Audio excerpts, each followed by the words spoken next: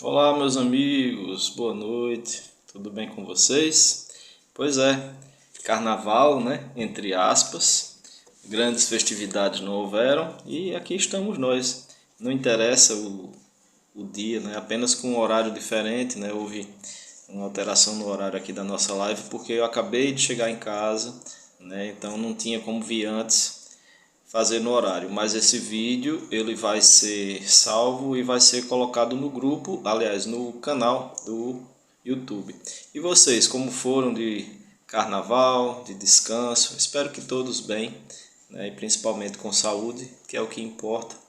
E todos num só pensamento, para que essa energia de animosidade vá se dissipando, né? Ali naqueles países. É o que a gente espera, né? E a gente faz a nossa parte dessa forma, pedindo, fazendo as nossas preces para que a luz interaja ali e haja para que acabe tudo da melhor maneira possível, né? Se bem que não é mais, né, assim, no sentido de que muita coisa ruim, né, já aconteceu com aquelas pessoas. Assim é também em outros lugares do planeta. Porém, a gente pede que se resolva e acabe logo, né, com essa situação naquele país. Então hoje, pessoal, a gente vai dar continuidade ao capítulo 3 do livro O Céu e o Inferno, um dos livros da codificação de Kardec, né, base, vamos dizer assim, primordial. Essa era a palavra que eu estava buscando, primordial, da doutrina espírita. Mas antes, né, adentramos um mês novo e estamos em março. E o mês de março, logicamente, dentro das nossas mensagens diárias, já tem uma meta, né, para a gente trabalhar conosco e uma meta diferente, né, a cada mês. Então vamos ver o que diz o livro Agenda Reforma Íntima para o mês de março. Então, dia 1º de março traz uma reflexão e vivência em torno do Evangelho que diz: assim, pois, cada um de nós dará conta de si mesmo a Deus. Né? Vejam como é importante e verdadeiro. Assim, pois, cada um de nós dará conta de si mesmo a Deus. Essa leitura, que é um trecho da carta de Paulo aos Romanos, capítulo 14, versículo 12, essa leitura ela reflete também o que a gente estuda no Espiritismo, porque a gente sabe que somos uma ínfima parte, né, da fonte criadora que é Deus. Nós temos a centelha divina, né? Está conosco desde a criação da mônada, ainda subdividindo em 144 espíritos ou partes. E a gente vai naquela energia ainda primitiva, galgando a evolução através dos reinos, né, em todo o universo. E assim a gente dá conta de nós mesmos a Deus, a própria fonte criadora que está ali dentro de nós, né, porque é necessidade e é destino de cada de cada ser da criação evoluir, né? Então é dessa forma que a gente dá conta, né? Aprendendo através dos erros. Eu peço, né, a vocês que, se possível for, eu sei que também, né, terça-feira de descanso, amanhã muita gente já volta ao trabalho, né, alguns não, e o horário também 10 horas, mas quem chegar na live, né, por favor, assista até o final, né. Hoje a live é menor, é uma live de estudo sequenciada, então geralmente tem um tempo menor, mas o que eu vejo muito acontecer é que as pessoas às vezes entram para assistir um vídeo, né, ver uma partezinha, ou então quando já está disponível, né, não está ao vivo, né, você não está vendo ao vivo, né, você vai no grupo, aí adianta um pouquinho lá, né, e não sei o que é que fica buscando, né, assim, eu sinceramente eu acho que o estudo ele tem que ser levado a sério, né, isso é uma opinião pessoal, mas claro, todos são livres para fazer o que quiser, né, é só um pedido, né, que eu gostaria que todos recebessem o estudo, a mensagem, que seja o que for, a live que for, de forma completa, né, e não por pedacinhos ou, né, incompleta, tá bom? Meta do mês de março, né? Nova meta, desenvolver a piedade e a compaixão. Né?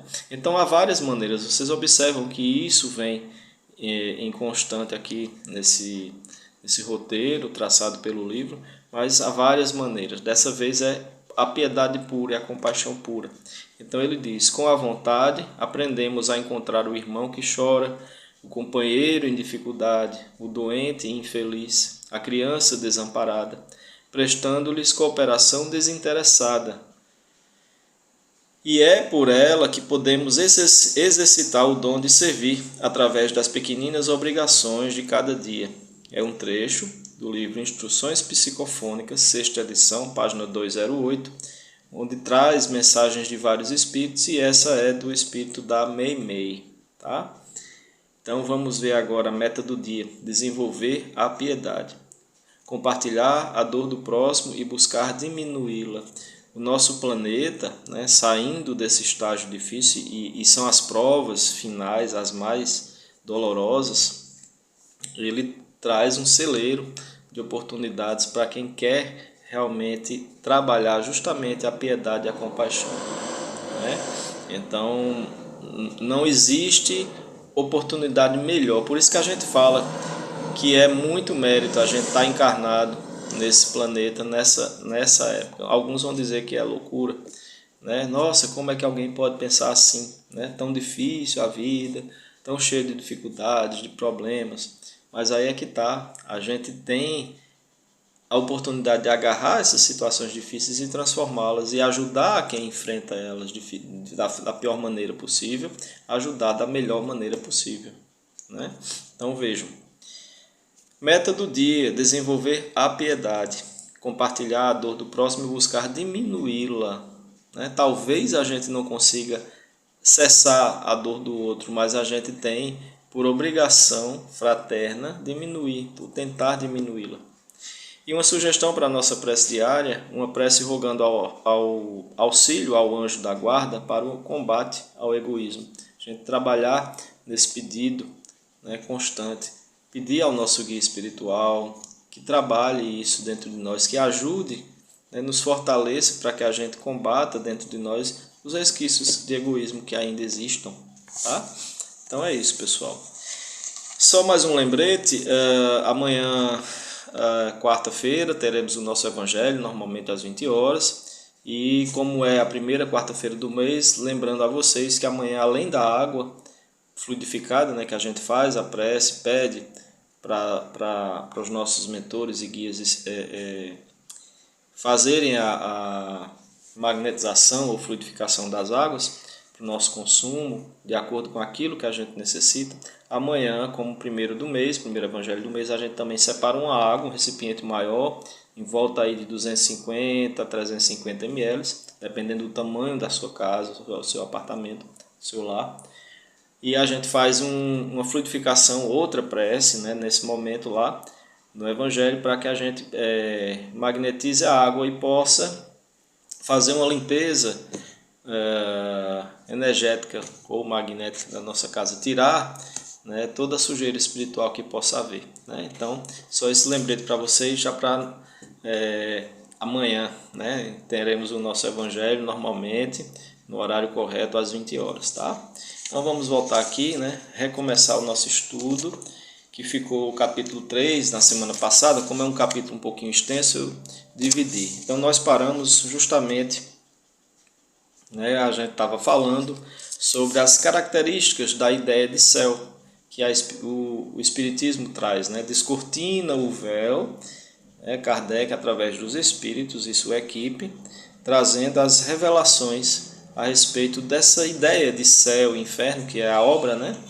Essa primeira parte é doutrina, né? Depois tem os relatos psicografados de vários espíritos da época de Kardec, né? Relatando o que lhes acontecia, né? Para onde eles iam, onde estavam.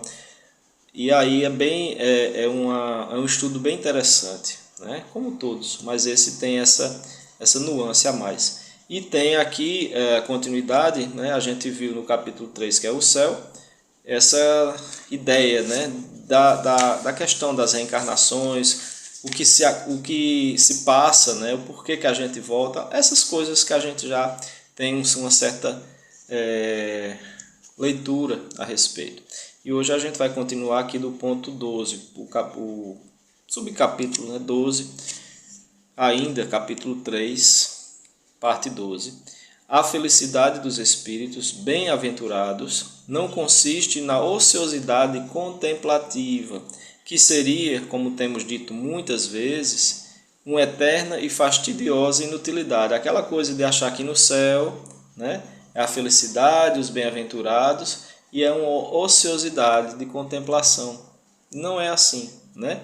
Todo o universo ele é regido pelo trabalho, pela multifuncionalidade das almas, né? Aliás, dos espíritos e almas, né? Quando estamos encarnados, somos almas encarnadas. Fora do corpo, somos espíritos. Então, é só uma questão de nomenclatura e entendimento, mas o trabalho ele é constante no universo. Essa questão vamos dizer assim, essa mera ideia, né, do gozo espiritual, né, nirvana, que alguns falam que atingiram na Terra, né, tem aquela coisa toda em volta disso, né, como ele fala aqui, a felicidade dos espíritos bem-aventurados. É só quando nós retornamos, depois de todo o processo evolutivo, e podemos dizer, retornamos à fonte criadora, retornamos ao Pai, e aí co-criamos com Ele, né? Então, quantos não já fizeram esse trajeto, né? Porque o universo ele não teve começo, né? Difere muito essa ideia, né? Existe o começo de um universo e é formando outro e outro e outro, mas essa infinitude, né?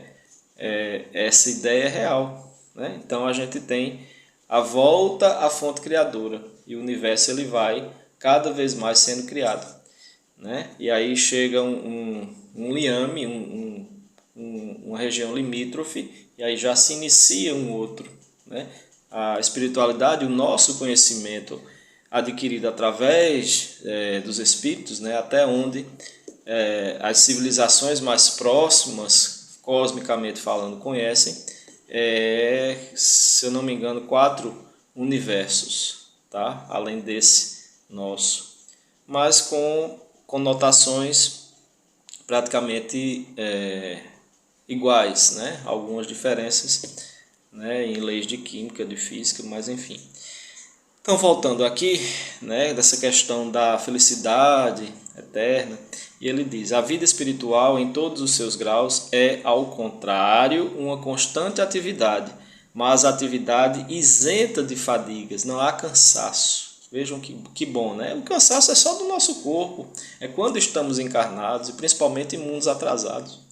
Mas mais adiante não há essa fadiga, né? E o espírito ele não se cansa. A suprema felicidade consiste no gozo de todos os esplendores da criação, que nenhuma linguagem humana jamais poderia descrever, que a imaginação mais fecunda não poderia conceber. Vejam só. Consiste também na penetração de todas as coisas, na ausência de sofrimentos físicos e morais, numa satisfação íntima, numa serenidade d'alma imperturbável, no amor que envolve todos os seres da criação, por causa da ausência de atrito pelo contato dos maus e, acima de tudo, maus entenda-se ainda atrasados espiritualmente, evolutivamente. E, acima de tudo, na contemplação de Deus e na compreensão dos seus mistérios revelados aos mais dignos, aqueles que estão se esforçando mais, digamos assim, ou tentando, né? A felicidade também existe nas esferas cujo encargo nos faz felizes. Os puros espíritos são os messias ou mensageiros de Deus, os prepostos de Deus, né? Espíritos crísticos, pela transmissão e execução das suas vontades. É ordem direta, né? Aquele espírito já abrangendo uma vasta região do universo, né? Vários sistemas solares, ele constrói juntamente com outros mundos, né? E cuidam das suas civilizações. Preenchem as grandes missões, presidem a formação dos mundos e a harmonia geral do universo. tarefa gloriosa a que se não chega senão pela perfeição. Os da ordem mais elevada são os únicos a possuírem os segredos de Deus, inspirando-se no seu pensamento de que são diretos representantes, co-criadores. As atribuições dos espíritos são proporcionadas ao seu progresso, às luzes que possuem, às suas capacidades, experiência e grau de confiança inspirada ao Senhor soberano, Deus, fonte criadora, Deus, Pai, Mãe, inteligência suprema, nem favores, nem privilégios que não sejam o prêmio ao mérito.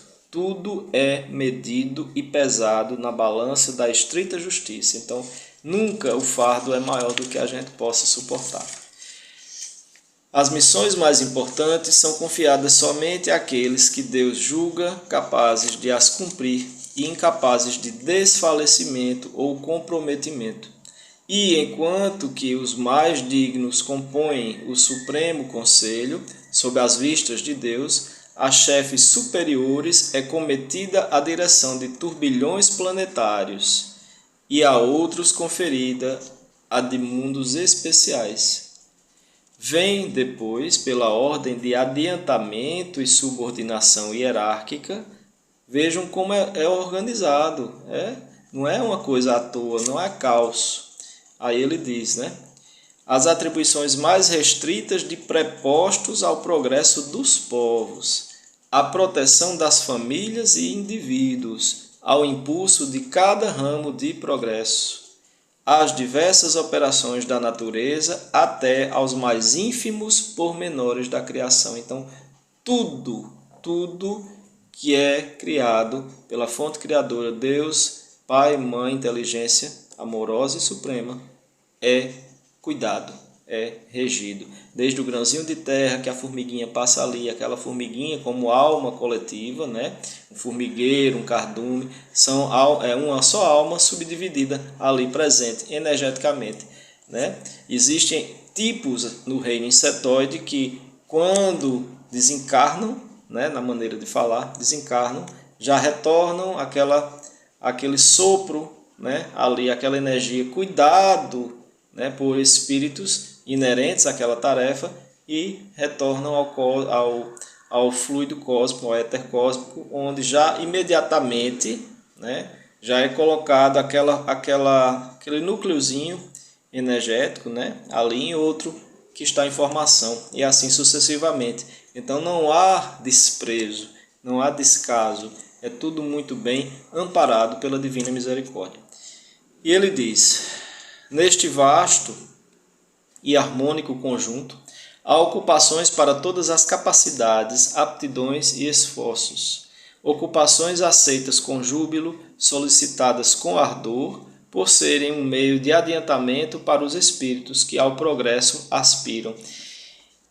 E vejam que maneira melhor de aspirar e de pedir, e de, como ele diz, solicitar com ardor, do que a prece. Isso está à disposição de todos que já despertam a inteligência, a consciência, para que façam essas solicitações à divina misericórdia.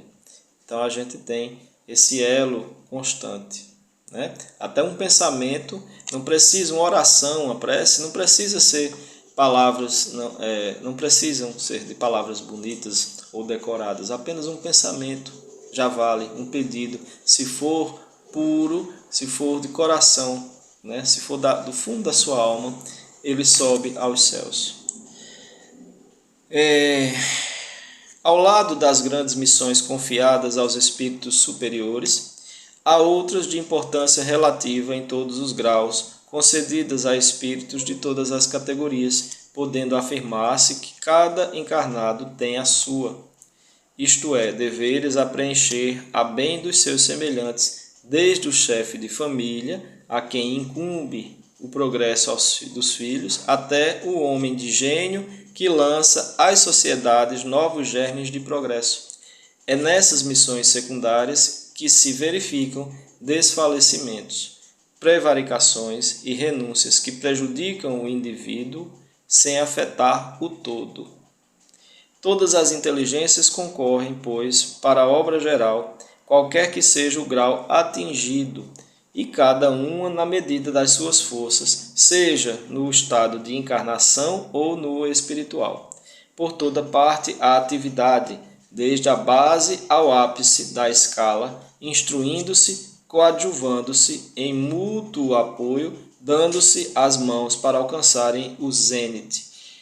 A gente observa, né, claro, a gente já tem alguma leitura a respeito, mas observa, né, como é importante estudar essa base da doutrina espírita, porque é como se a gente fosse lembrando de coisas que a gente já leu, né, voltando aqui na base. Por quê?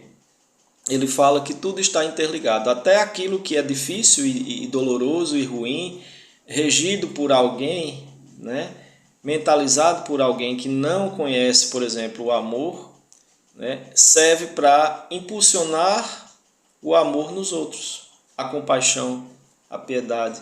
Então a gente acha que... Tem pessoas que acham que existe o caos, e o caos não. Na verdade, quando, né, a falta do amor na criatura gera caos, gera problemas, né, o caos acaba servindo à ordem divina. É assim que funciona. Quando o amor de Deus, ele é constante, é infinito, né? Então, e a sua misericórdia, obviamente, que está intrínseco ali. Então, essa misericórdia, esse amor, por ser constante, não permite, quando observa ali um pontinho de treva, aí mexem-se ao redor as coisas para que aquilo sirva de aprendizado. E assim a gente aprende na dor. É assim que a gente traduz essa frase, né? Crescer na dor, aprender no sofrimento, porque através do caos vem a ordem maior do amor. Quando há o caos, e quando não há, melhor ainda, né? Aprende-se mais de forma menos dolorosa, né? Assim se estabelece a solidariedade entre o mundo espiritual e o corporal, ou, em outros termos, entre os homens e os espíritos, entre os espíritos libertos e os cativos. Assim se perpetuam e consolidam, pela purificação e continuidade de relações, as verdadeiras simpatias e nobres afeições. O que é que a gente pode interpretar nesse trecho aqui? Espíritos libertos e cativos. Cativos são aqueles que precisam reencarnar ainda, né? E libertos aqueles que já colaboram com a ordem universal, né? Com a harmonia universal, o amor fraterno e universal, e cocriam com Deus, são libertos. Por toda parte, a vida e o movimento, nenhum canto do infinito despovoado, nenhuma região que não seja incessantemente percorrida por legiões inumeráveis de espíritos radiantes, invisíveis aos sentidos grosseiros dos encarnados, mas cuja vista deslumbra de alegria e admiração às almas libertas da matéria.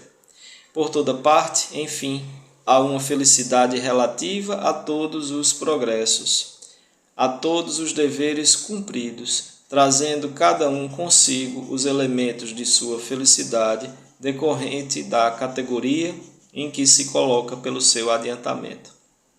Das qualidades do indivíduo depende-lhe a felicidade e não do estado material do meio em que se encontra, podendo a felicidade, portanto, existir em qualquer parte onde haja espíritos capazes de a gozar. A gente vê, né, tantas pessoas que não têm nada materialmente falando, né, mas são felizes, estão ali porque se satisfazem com o mínimo que têm e não têm a ambição de querer mais e mais e mais, e sabem internamente que aquilo é necessário para que haja um maior aproveitamento e adiantamento dentro da lei do amor, dentro da lei de causa e efeito.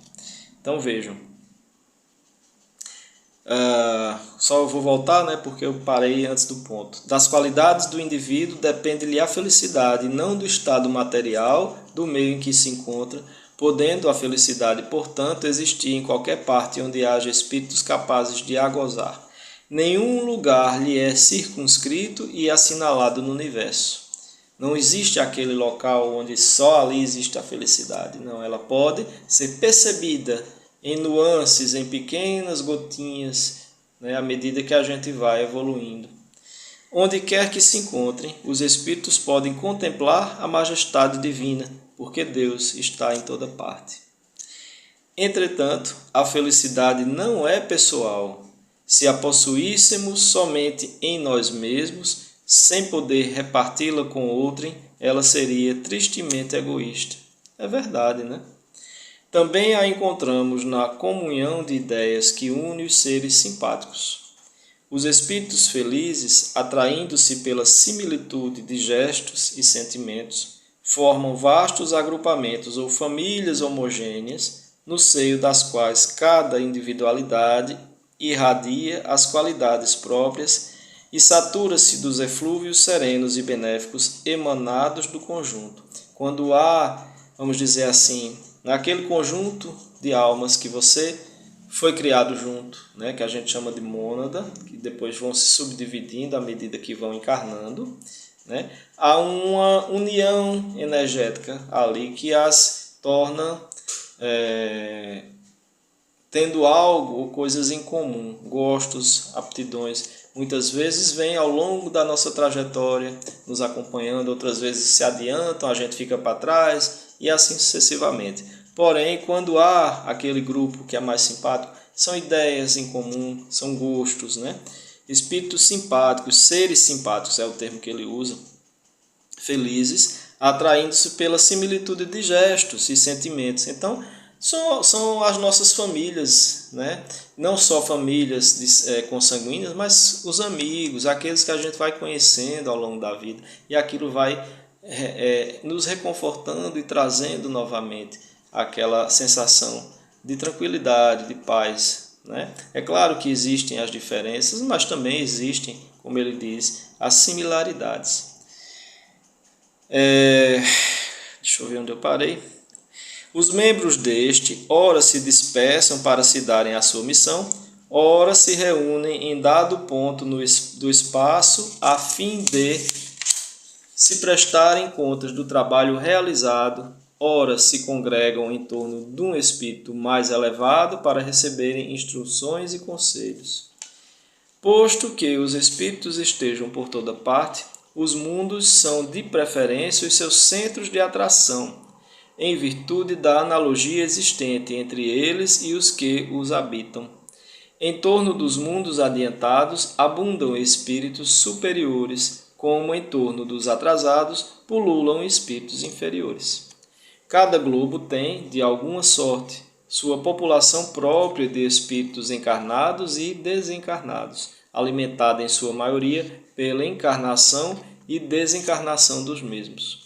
Esta população é mais estável nos mundos inferiores, pelo apego deles à matéria, se demoram mais, e mais flutuante nos superiores. Existem mundos de provas e expiações bem piores do que o nosso. Inclusive um está recebendo uma boa leva, né, daqueles daqui da Terra que estão sendo exilados.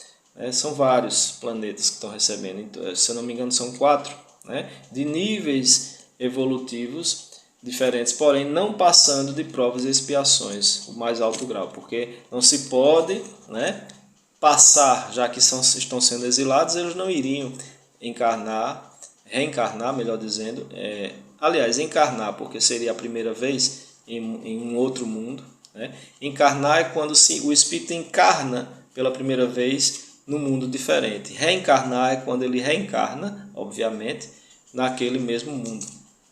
Como nós, né, já reencarnamos várias vezes aqui. Então eles vão, obviamente, para mundos com seu nível, né? Como a Terra é, provas e expiações, eles irão para provas e expiações para recomeçar as lições que não foram aprendidas aqui.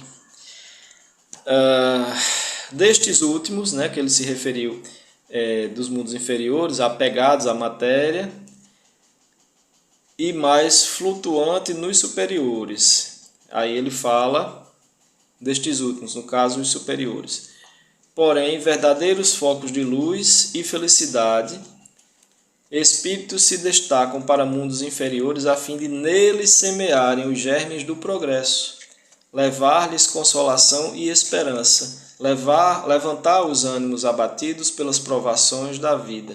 E aí a gente tem vários exemplos, né? Não precisa ser um nível espiritual, por exemplo, de um espírito crístico. Nem todos os planetas tiveram essa benesse de ter um ser crístico encarnado, como a Terra teve. Nós somos beneficiados, né? Porque se observou no alto escalão vindo, né, da fonte criadora, do próprio Deus, direcionando essa ordem às diretrizes planetárias da Terra, que aqui ainda a gente estava muito devagar na nossa evolução. E estamos, né?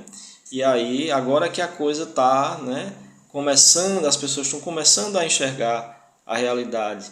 Então, essa missão dada a Jesus, né, foi para realmente impulsionar a humanidade, porque se não fosse isso, a gente ainda estava, ou não estava mais nem aqui, né, encarnados. O planeta estava aí com outras formas de vida, né, e não mais a humana.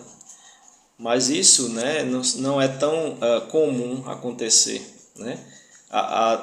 O grau máximo de expiações, né, como são chamadas os planetas, planetas cruzes, né, ou terra cruz, não vai acontecer, né, porque Jesus já veio deixar esse legado. Se não fosse isso, né, estávamos como? E aí a verdadeira transição começa ali, quando Jesus vem à Terra. Então, continuando aqui, eu vou só voltar um pouquinho para pegar a linha de novo do raciocínio, porque eu vou falando, né, explicando mais um pouco e acabo perdendo onde eu parei. Destes últimos, né, porém, verdadeiros focos de luz e felicidade, espíritos se destacam para mundos inferiores a fim de neles semearem os germes do progresso, levantar-lhes consolação e esperança, levantar os ânimos abatidos pelas provações da vida. Por vezes também se encarnam para cumprir com mais eficácia a sua missão. Nessa imensidade ilimitada, onde está o céu? Em toda parte. Nenhum contorno lhe traça limites. Os mundos adiantados são as últimas estações do seu caminho, que as virtudes franqueiam e os vícios interditam. Ante este quadro grandioso que povoa o universo, que dá a todas as coisas da criação um fim e uma razão de ser, quanto é pequena e mesquinha a doutrina que circunscreve a humanidade a um ponto imperceptível do espaço, que nola mostra começando em dado instante para acabar igualmente com o mundo que a contém, não abrangendo mais que 1 minuto na eternidade. Vejam, né? Toda a história da Terra, se a gente fosse medir, era só 1 minuto na eternidade.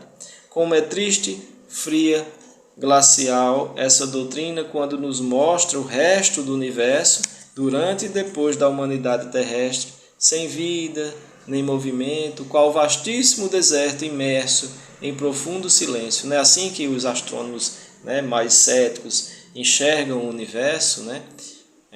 Hoje já não tanto, né? Mas principalmente nessa época de Kardec, que a astronomia já estava começando, né? E logo em seguida, nas décadas seguintes, nos séculos seguintes, essa coisa de achar que pouquíssimos planetas habitam vida, a Terra era a única que havia vida inteligente e os outros só vida microbiana, talvez. Vejam que coisa, né? Como Kardec e os espíritos aqui digam, é triste, fria, né, essa ideia. Como é desesperadora a perspectiva dos eleitos votados à contemplação perpétua, enquanto a maioria das criaturas padece tormentos sem fim. Como lacera os corações sensíveis a ideia dessa barreira entre mortos e vivos. As almas ditosas, dizem, só pensam na sua felicidade, como as desgraçadas nas suas dores. Admira que o egoísmo reine sobre a terra quando nolo mostram no céu? Oh, quão mesquinha se nos afigura essa ideia de grandeza, da grandeza, do poder e da bondade de Deus. Quanto é sublime a ideia que dele fazemos pelo Espiritismo. Quanto a sua doutrina engrandece as ideias e amplia o pensamento. Mas quem diz que ela é verdadeira? A razão primeiro, a revelação depois e, finalmente, a sua concordância com os progressos da ciência.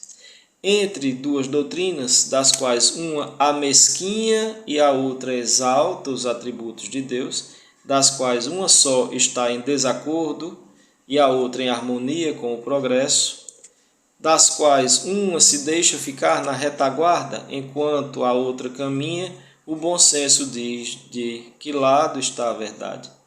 Que, confrontando-as, consulte cada qual a consciência, e uma voz íntima lhe falará por ela. Pois bem, essas aspirações íntimas são a voz de Deus, que não pode enganar os homens, mas dir-se-á, porque Deus não lhes revelou de princípio toda a verdade. Pela mesma razão, porque se não ensina à infância o que se ensina aos de idade madura. É assim, é uma comparação real. A revelação limitada foi suficiente a certo período da humanidade, e Deus a proporciona gradativamente ao progresso e às forças do Espírito. Imagine o quanto a gente ainda não vai aprender, né? Os que recebem hoje uma revelação mais completa são os mesmos espíritos que tiveram dela uma partícula em outros tempos e que de então por diante se engrandeceram em inteligência. A gente já foi, né, em outras vidas, muito ignorante. A gente tem essa coisa, por sermos espíritas, né, tem a curiosidade natural do ser humano, né, nem por ser espírita. Mas temos a curiosidade, muitas vezes, de saber, né, quem fomos em outra vida. Com certeza, boas biscas, como a gente diz aqui, não fomos, né? Coisas terríveis nós fizemos e ainda fazem, né, muitos encarnados. A gente não está se eximindo nenhum erro, não. Eu posso cometer um erro terrível, né, ainda, né? Mas eu tento, porque a gente já está despertando, né? A gente já está com a consciência ali cheia de informações e de roteiros mais corretos. Mas essa coisa de querer saber, né? Tem muita coisa que eu sei, né? Que eu passei em outras existências, que cada um também, né? A criança até os 7 anos também tem as memórias mais recentes, bem avivadas, né? Na sua consciência. Mas essa coisa de achar que nós fomos, né, isso ou aquilo, não, nós fomos ignorantes. Agora a gente está começando a aprender realmente o legado do Cristo. Antes de a ciência ter revelado aos homens as forças vivas da natureza, a constituição dos astros, o verdadeiro papel da Terra e sua formação, poderiam eles compreender a imensidade do espaço e a pluralidade dos mundos? Não, obviamente. A gente está terminando, pessoal, falta bem pouquinho. Antes de a geologia comprovar a formação da Terra, poderiam os homens tirar-lhe o inferno das entranhas e compreender o sentido alegórico dos 6 dias da criação? Porque é alegórico, né? Isso. Antes de a astronomia descobrir as leis que regem o universo, poderiam os homens compreender que não há alto nem baixo no espaço? Que o céu não está acima das nuvens, nem limitado pelas estrelas, que está muito mais além? Poderiam identificar-se com a vida espiritual antes dos progressos da ciência psicológica? Né? Achariam que qualquer manifestação, como ainda algumas pessoas acham hoje, né, são coisas ou do mal ou coisas de alguém que não está com a mente sã. Conceber depois da morte uma vida feliz ou desgraçada, a não ser em lugar circunscrito e sob uma forma material, ou seja, um céu cheio de nuvens ou um inferno cheio de labaredas e dores eternas? Não. Compreendendo mais pelos sentidos que pelo pensamento, o universo era muito vasto para sua concepção. Era preciso restringi-lo ao seu ponto de vista para alargá-lo mais tarde. Uma revelação parcial tinha sua utilidade e, embora sábia até então, não satisfaria hoje. Muitas coisas, né, na ciência, nos estudos, em todas as áreas que a gente chegou. Hoje jamais a gente aí ia rir se a gente pegasse um livro, né, de ciências mais antigo hoje, porque a gente já sabe muito mais. E é assim em todas as civilizações, em todos os mundos, né, principalmente nesse período longo, né, que a gente arrastou muito, muito mesmo, né, que esse estágio de provas e expiações. Nós fomos muito devagar, ainda somos crianças, né?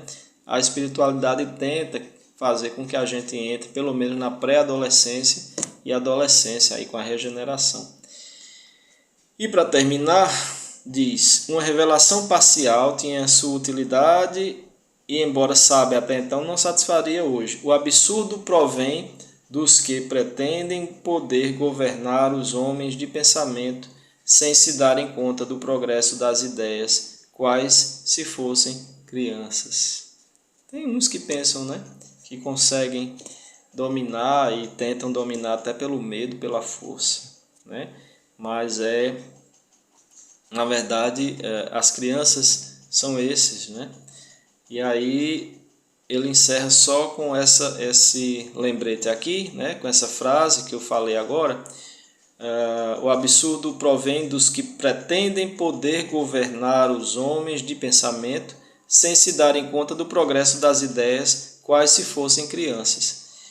Aí ele bota um parêntese, vede o Evangelho segundo o Espiritismo, capítulo 3. Então depois, né, vocês, a gente pode fazer essa leitura aqui para ver o que tem de similar com esse trechinho aqui, tá bom? E é isso, pessoal, encerramos a nossa live de hoje, né? Nossa, 45 minutos, né? Geralmente a live de estudos dura em torno de 30, 35, né? Mas aí concluímos o capítulo 3. Então, na próxima terça, nós iremos já iniciar o capítulo 4. Né? Nós vimos o céu e agora vamos ver aquela parte que as pessoas temem. Né? Eu acho que vai passar aí umas 2 terças-feiras também. Tá? É bem extenso. Tá bom, pessoal? Então, muito obrigado, amiga Cláudia, que está aqui assistindo. Obrigado pela presença, minha amiga. Né? E é isso. Agora em casa, agora é só descansar, né, o restinho da noite e enfrentar o restinho da semana aí que tá vindo, né? Alguns acho que me criticam, né? Mas eu sinceramente achei ótimo não ter carnaval, né? Eu já não curto essas coisas há muitos anos, mas claro, por opção e por eu não sinto falta realmente. Eu gosto de estar com os amigos, de comemorar de uma forma mais leve, como a gente costuma dizer, light, né? Mas eu acho que a psicosfera ela ficou um pouco menos densa, né? De forma geral, porque as grandes festividades e aglomerações não puderam vir à tona, né? Então percebam esse movimento do planeta. Percebam, comecem a observar os rumos que a gente está tendo. Pode ser que tenha mais na frente, né, volte, né, mas coisas, né, como a gente sempre fala, as coisas que aconteceram e que vão acontecer vão moldando aos pouquinhos as situações que já não cabem mais no mundo que quer rumar aí a regeneração. A espiritualidade não erra, né? Então é só observar, tá bom? Muito obrigado mais uma vez, uma ótima noite, um ótimo descanso a todos. Fiquem com Deus. Exato, de maneira saudável. Fiquem com Deus e até amanhã, às 20 horas, no nosso Evangelho no Lar, prece de cura à distância, fluidificação das águas. Inclusive, amanhã, primeiro Evangelho do mês, faremos também com a água, como eu falei no início, para a gente fazer a nossa limpeza espiritual em casa, tá bom? Então é isso, fiquem com Deus, beijo no coração e até amanhã. Vou baixar agora o vídeo para poder colocar no canal do YouTube, né? Porque como eu cheguei agora há pouco em casa, antes da live, não deu tempo a organizar notebook e tal para fazer simultâneo. Mas o pessoal não vai perder não, né? Vou colocar lá. Então é isso, estão assistindo também em outro horário. Até amanhã e boa noite.